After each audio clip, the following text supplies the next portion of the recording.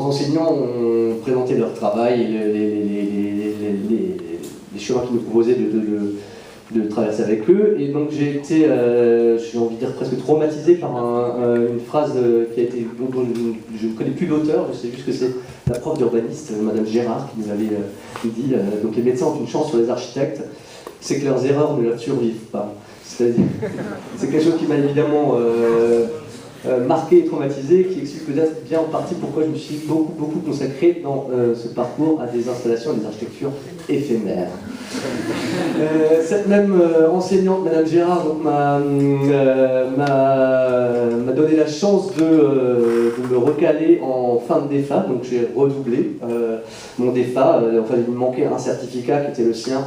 Et donc j'ai eu l'occasion pendant cette année intermédiaire de me confronter à d'autres choses. On a discuté dans le trajet en voiture. Je pense que justement ce qui est intéressant en architecture, c'est de prendre le temps, c'est tout ce qu'on va pouvoir faire à côté, entre deux, au-delà et dans tout ce temps qu'on peut prendre et grappiller. J'ai appris qu'on n'avait plus le droit de redoubler autant qu'on pouvait le faire à notre époque, ce qui est fort dommage, je pense. Donc en 98, j'ai donc eu un seul certificat et j'ai eu l'occasion déjà de faire un jardin.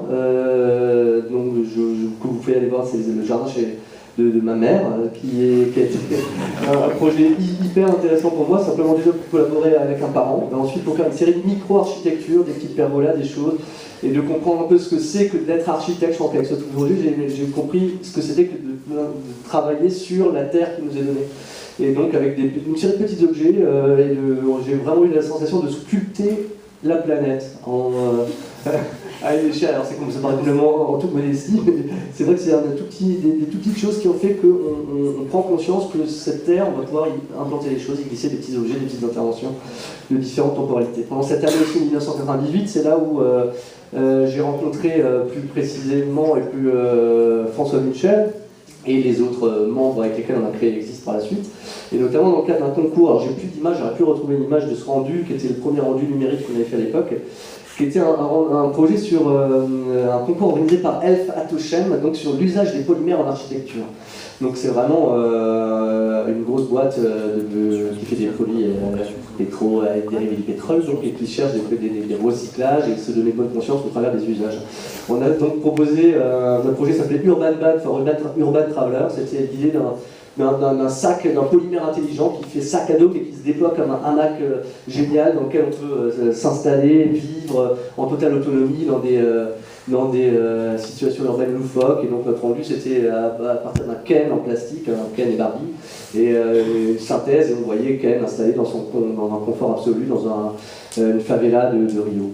Donc on a été mentionné, on a une mention spéciale pour la provocation globale sur ce projet. Et donc je pense que c'est vraiment à ce moment-là que l'affinité avec François s'est créée, que l'envie de collaborer et de continuer à bosser ensemble s'est faite. Autre événement important pendant ce concours, donc c'est un concours interne à l'école d'architecture, et il y avait une forte émulation, évidemment, vous pouvez vous en imaginer, au moment des résultats.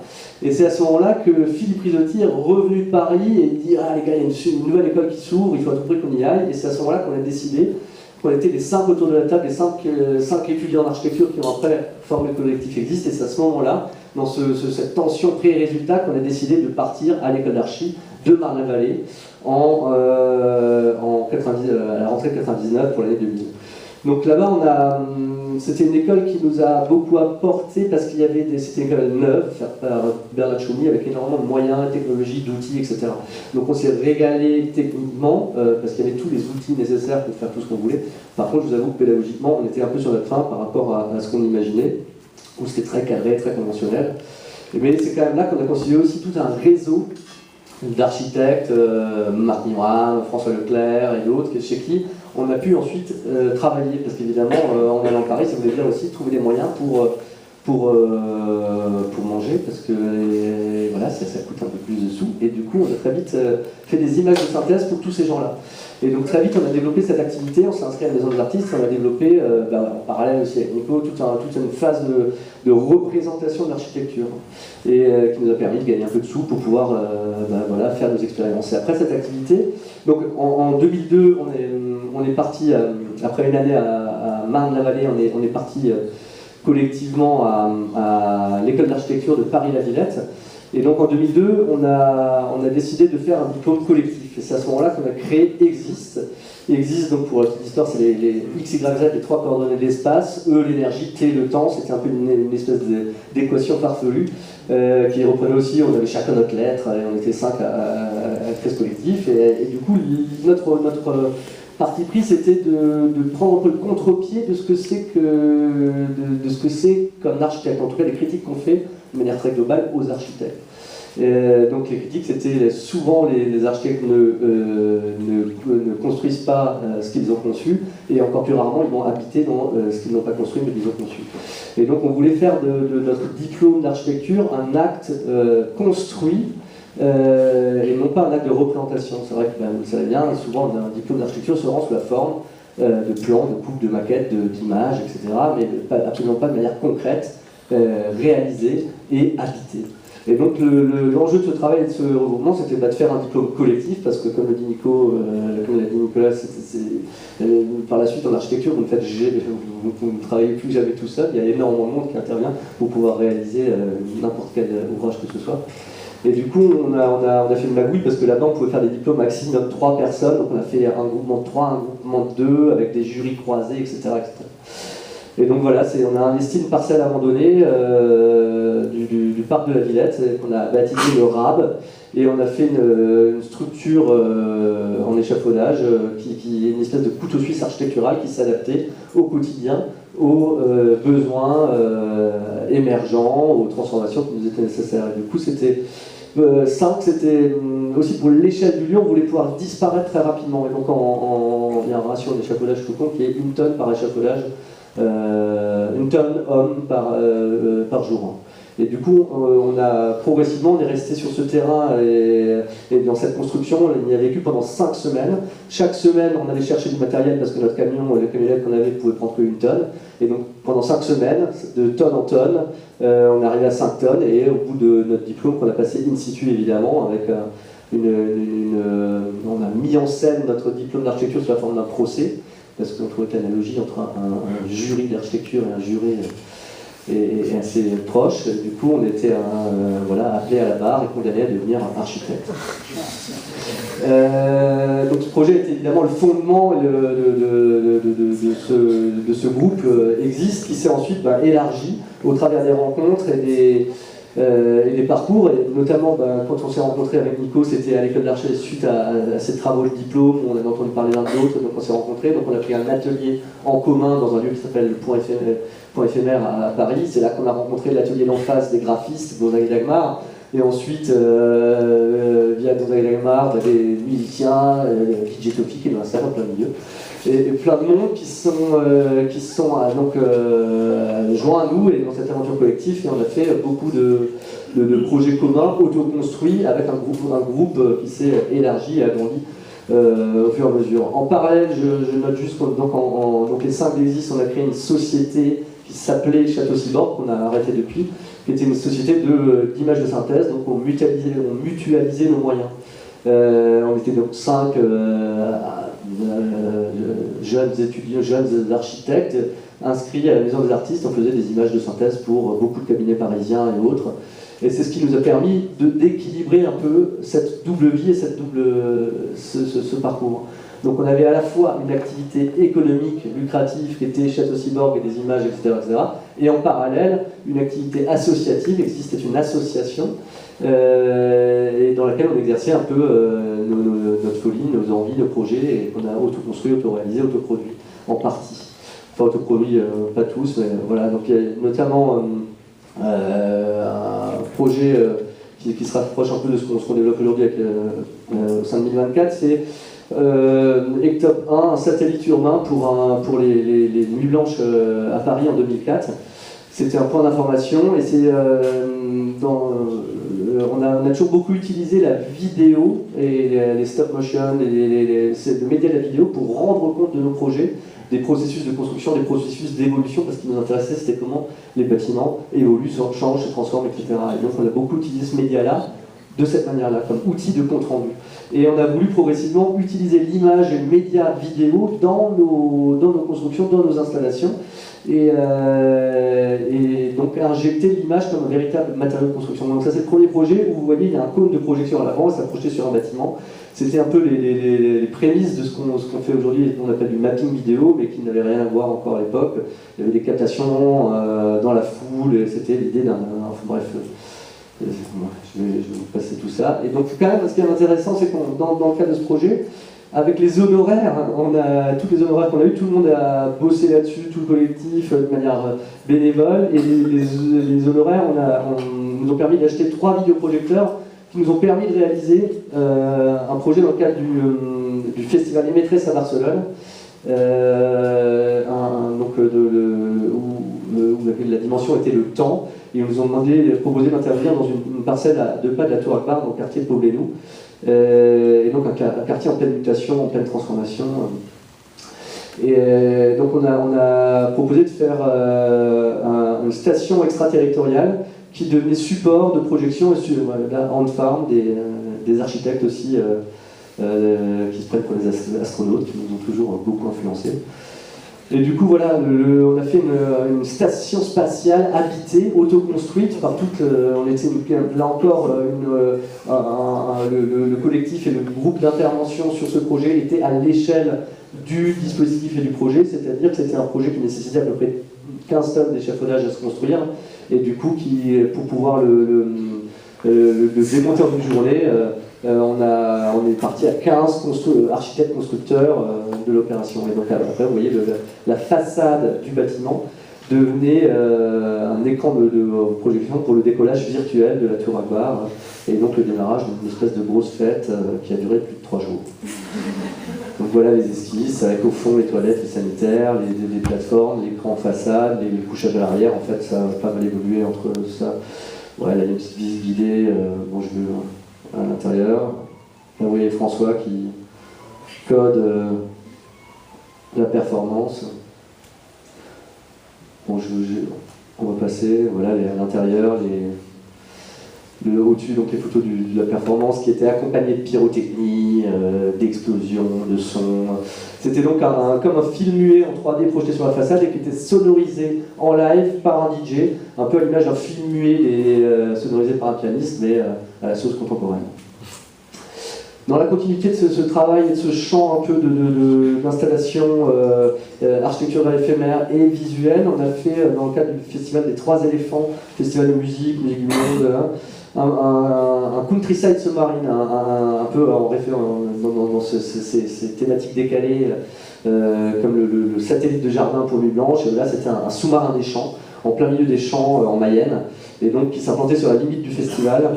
Comme vous voyez, les limites sont souvent dégueulasses, c'est des barrières Eras avec des polyanes noires, bien vilains, et du coup on a voulu transformer cette limite en projet. Et on a fait un bar lounge dance floor avec une petite programmation électro. On a travaillé sur tout le fond tout le fond du sous-marin était un gros écran de 25 mètres de long par 4 mètres de haut, avec, vous voyez, les petits points noirs sur les enceintes, et on travaillait sur un dispositif de spatialisation sonore et visuelle, où l'idée c'était d'immerger les gens dans un environnement, dans un espace sonore, visuel, et donc on remplissait ce sous-marin d'eau, ensuite dans l'eau apparaissaient des bulles, et en fonction de l'endroit où il y avait des bulles dans les visuels, quand vous vous déplaciez dans la longueur de la structure, il y avait des bulles sonores, aux endroits il y avait des bulles visuelles, et des choses comme ça. Donc il y avait toute une série d'expérimentations, voilà, ce type de visuel, de vagues, de mélanges faits avec des prises de vue 3 réelles dans des aquariums et des images de synthèse. Voilà. Metavilla, donc c'était suite au projet qu'on a fait à Barcelone, donc la station habitée, on a fait le montage on a toujours, comme dit, nos projets ont toujours existé, ont toujours eu une plus grande visibilité au travers des outils de compte rendu, et notamment les films. Donc en rentrant de Barcelone, on a fait le montage avec Christophe de tout le compte rendu de cette opération, et c'est en allant voir Patrick Bouchin et en lui montrant ce projet lui il venait d'avoir la commande pour le pavillon de la France, et puis sa stratégie c'était de dire bon bah je veux pas faire dans une biennale d'architecture. En fait, vous n'êtes pas confronté aux médias qui est le sujet. Quand vous allez à une biennale d'art contemporain, vous allez confronter à des œuvres d'art. Quand vous allez à une biennale d'architecture, c'est des photos, des plans, des coupes, des maquettes, la représentation du sujet traité.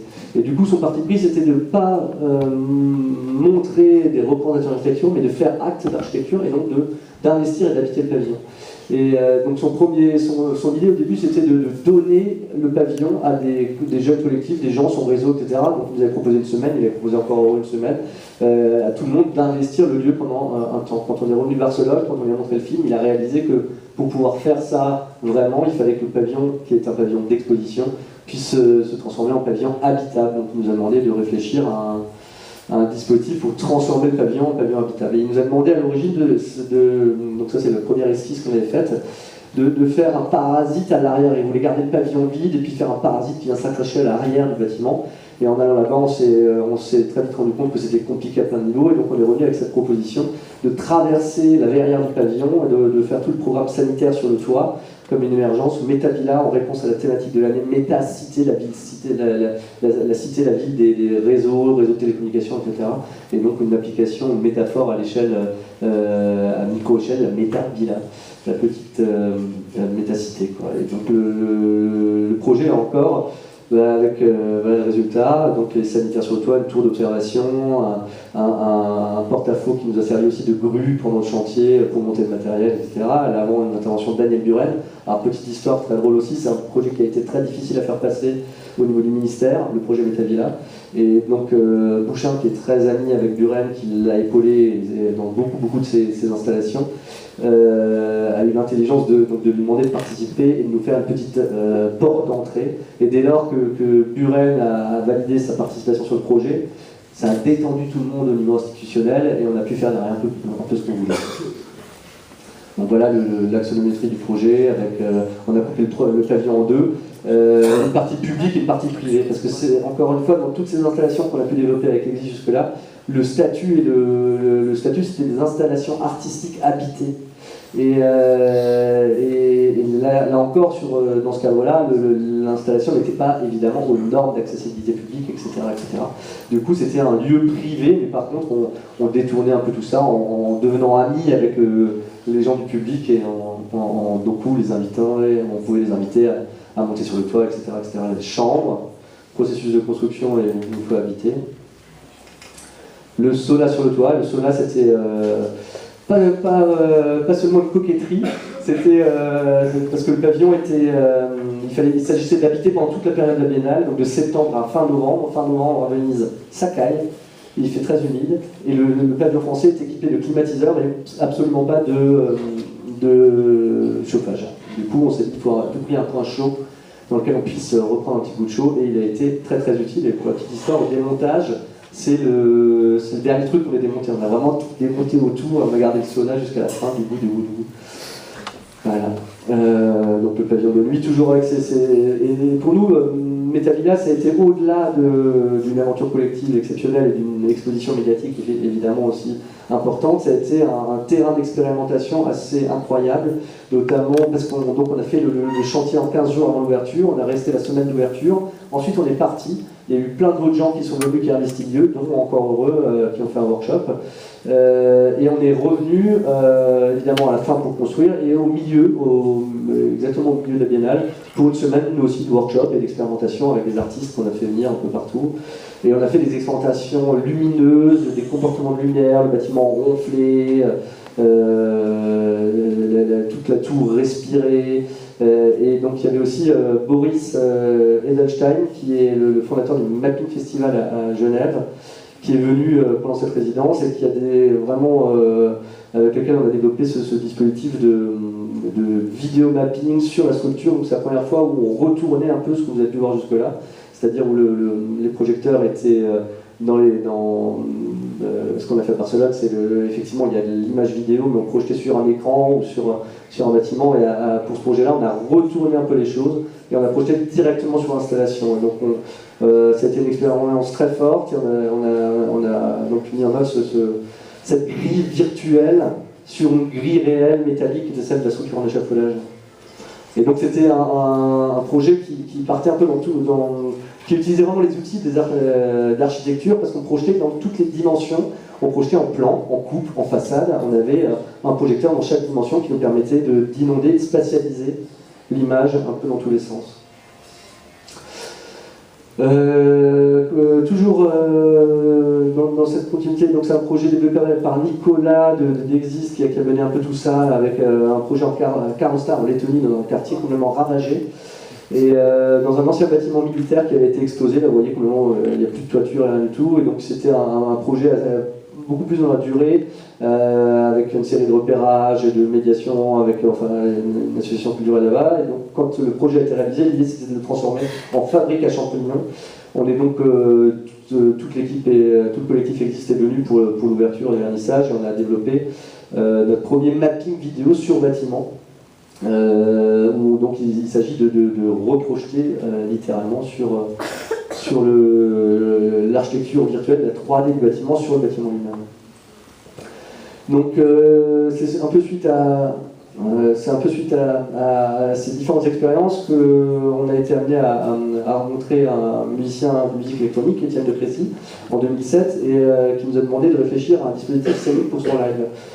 Et du coup, fort un peu de ces expériences de vidéo mapping et de projection sur échafaudage, on a donc développé, ça c'est la maquette au 10e, donc un cube le cube réel fait 6 mètres par 6 mètres, et là c'est donc un cube de 60 cm ou un 10e sur lequel on vient mapper les arêtes de la structure. Et donc ça fait. C'est vraiment à ce moment-là qu'on a poussé très clairement les deux médias de la structure éphémère en échafaudage et l'imagerie de synthèse, l'image vidéo qui vient s'appliquer et créer justement ces effets de perspective, de trompe-l'œil, de faux semblants sur une architecture réelle. Et du coup, 1024, ça vient un peu de là. 1024, c'est une résolution standard d'écran et projecteur vidéo à la base. Pour l'histoire, le cube d'Étienne, on projette des visuels de 512 pixels par 512. Et donc on a créé 1024 suite à ce projet-là. Ne serait-ce que pour des questions complètement administratives, c'est vrai qu'elle existe étant une association, on ne pouvait même pas facturer, et nous-mêmes facturer légalement des choses, et du coup on a créé 1024, François et moi, à ce moment-là, pour ce projet. Donc là, encore, DJ Tofi, matricé lors du workshop à la Metavilla. Et donc c'est un projet qu'on a fait à le Social Club, donc à Paris, une boîte de nuit qu'on a transformée, c'était le triptyque qu'on a transformé en Social Club. On avait 8 jours pour transformer ce lieu, qui est un club rock, pop, en temple de la musique électro. Donc on a fait une proposition avec un rail de lumière qui irrigue l'ensemble du lieu et qui traverse et touche tous les points névralgiques et qui est équipé à la fois de tubes LED et de petites lumières noires qui vient révéler toute une matrice qu'on a peinte avec une peinture invisible et qui réagit à la lumière noire. Donc quand vous rentrez dans le lieu, tout était noir, et quand on allumait tout le ras et tout l'éclair de néon, ça se révélait. Donc ça c'est un projet qu'on a un peu développé moi et François et qu'on a réalisé avec toute la force vive, active et productrice d'Exist. Il y avait les Daya, Alex qui ont bossé sur le mobilier caisson que vous voyez là. On a fait tout le matrissage nous-mêmes. Donc c'est encore un projet qu'on a auto-construit, auto-réalisé, quoi. Boombox en 2008, c'est un autre projet suite au cube d'Étienne, on a eu beaucoup de demandes, et notamment là c'était pour les Nuits Blanches à Amiens. L'idée c'était de faire un ghetto blaster géant et de remplacer le lecteur cassette par un musicien. C'est la déclinaison du concept, mais à une échelle beaucoup plus importante. Et donc c'est un ensemble de visuels qui vient être remappé sur la structure en échafaudage et qui vient animer un peu les concerts des DJ. Et alors, la vidéo va passer. Un autre aspect, donc ça c'est ce que développe François, c'est tout l'aspect programmation, interaction dans le dispositif. Donc dans notre travail, il y a vraiment 3 aspects fondamentaux: la conception scénique, architecturale, le dispositif spatial. Le contenu visuel qui est évidemment adapté et créé spécifiquement pour le projet et le bâtiment, l'architecture sur laquelle on va projeter. Et troisième outil, c'est un peu la clé, c'est le programme qui va nous permettre d'interagir entre espace, image et son. Et donc ce programme est contrôlé par un joystick PlayStation et donc qui nous permet d'activer comme un jeu vidéo, parce qu'en réaction un peu à tous les programmes de DJing, où souvent les gars sont la tête sur leur ordinateur, on voulait complètement se l'affranchir de ça, et que quand on joue les visuels sur la boombox, qu'on soit connecté directement au résultat final, plus du tout à l'ordinateur et à l'écran, et qu'on joue ça de manière très simple, comme un jeu vidéo, de manière très ludique. Voilà, c'est 2008, c'est à ce moment-là qu'on a vraiment créé administrativement 1024 architecture, pour annoncer ça rien à foutre là. Vitalik 2009, c'est un autre projet de scénographie en musique électronique pour donc le V-Mirror. Alors là, vite fait un petit parcours. L'idée c'était de travailler avec Pascal Herbès, donc Vitalik, sorti un nouvel album Flash Mob qui est qualifié de électro-disco poilu. Et donc par rapport à cette thématique disco, on est très vite parti sur une idée de l'emblème de la disco, c'est la boule à facettes, et donc on voulait travailler avec du miroir, du mirrolège dans cet esprit et univers disco. Et donc ça c'est la petite maquette en atelier, donc c'est des écrans classiques avec un mirrolège mis dessus, et qui nous permet de refléter déjà la scène, et puis ensuite de travailler sur du contenu visuel qui vient se refléter lui-même sur le projet. Voilà, donc des petites maquettes à la route. Et voilà le produit qu'on a choisi, avec un premier test de mirrolège qui ne nous a pas plu, et on a trouvé d'autres matériaux. Le matériau après qu'on a pris, donc c'est une dalle LED existante qu'on a simplement habillé avec un produit lui aussi existant, qui est un mirrolège fait pour les dômes en plexi des années 60, que vous voyez tous. Voilà. Ah, je suis très à la bourre. Perspective lyrique. Mapping vidéo, donc c'est quelque chose qu'on a continué à développer, toute cette affaire de projection sur bâtiment. Ça c'est dans le cadre de la Fête des Lumières de Lyon en 2010. Donc on travaille, ce qui nous intéresse aussi, c'est d'utiliser les médias contemporains et de les mettre en œuvre sur des bâtiments historiques, et donc de redonner une nouvelle vie un peu aux bâtiments classés, aux monuments importants. Donc voilà, encore ça fonctionne comme un jeu vidéo. Vous voyez les différents modèles 3D qui sont activés en temps réel. L'idée c'était que ce soit interactif comme mapping, et que les gens puissent chanter dans un micro pour littéralement faire danser le bâtiment. Donc création d'outils, alors ça c'est un peu, vous voyez le travail que fait mon associé François, c'est un peu son quotidien, des lignes de code.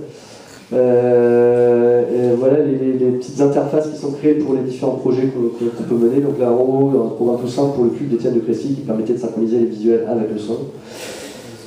Tetra Tennis, là aussi des outils qu'on crée spécifiquement, c'est une commande qu'on a eue par la Fédération française de tennis pour les Masters de Bercy, où on reprojette sur le court pour l'entrée des joueurs pour un petit show de 2 minutes, et donc c'est un mapping sur cours de tennis, on peut partir en 3D. Voilà. Donc à chaque fois on crée des outils qui sont nécessaires pour tout ça, voilà, d'autres expérimentations. Et donc on a développé en association avec Boris, toujours de Garage Cube, la société suisse qui fait le programme Modulate, un programme qui est très utilisé dans le monde des arts visuels, du VJing aujourd'hui. Et donc on a développé MadMapper, qui est un outil qui nous permet de faire aujourd'hui. En fait c'est un outil dont nous on avait besoin. Et on s'est dit déjà ça pourrait servir à d'autres. De deux, il faudrait qu'on le développe, qu'on le pousse un peu plus loin. Et donc cet outil, en collaboration avec Garage Cube, on l'a vraiment développé avec d'autres programmeurs, et donc le fait et on le commercialise. C'est une manière pour nous, c'est une économie aussi évidemment, mais c'est surtout que ça nous permet de développer l'outil dont on a besoin et de trouver les moyens de ce développement dans la commercialisation. Donc voilà, des workshops MadMapper pour montrer dans les écoles d'architecture, les centres d'art. 3D Bridge, Nuit Blanche, ça c'est, bon rapidement, c'est l'idée d'un dispositif qu'on a pu faire pour Boombox, etc., et qui nous permet qui explose un peu le cadre du volume un peu 2D de l'écran dans la troisième dimension. Et donc l'idée c'était de faire un mapping qui puisse travailler vraiment dans le volume, et donc c'est quelque chose qu'on a sculpté, c'est comme une sculpture qu'on a faite en fonction à la fois du gabarit du pont évidemment, mais aussi du cône de projection de chacun des vidéoprojecteurs. Il y avait 6 vidéoprojecteurs, 3 de chaque côté. Et voilà, toujours l'outil là, vous voyez les différents écrans, les 6 sorties des vidéoprojecteurs. Ableton Live, un programme de musicien qui nous permet de synchroniser le son, l'image et les visuels. Et l'interface du programme spécifiquement développée pour ce projet. Donc voilà, juste pour vous montrer, on redessine vraiment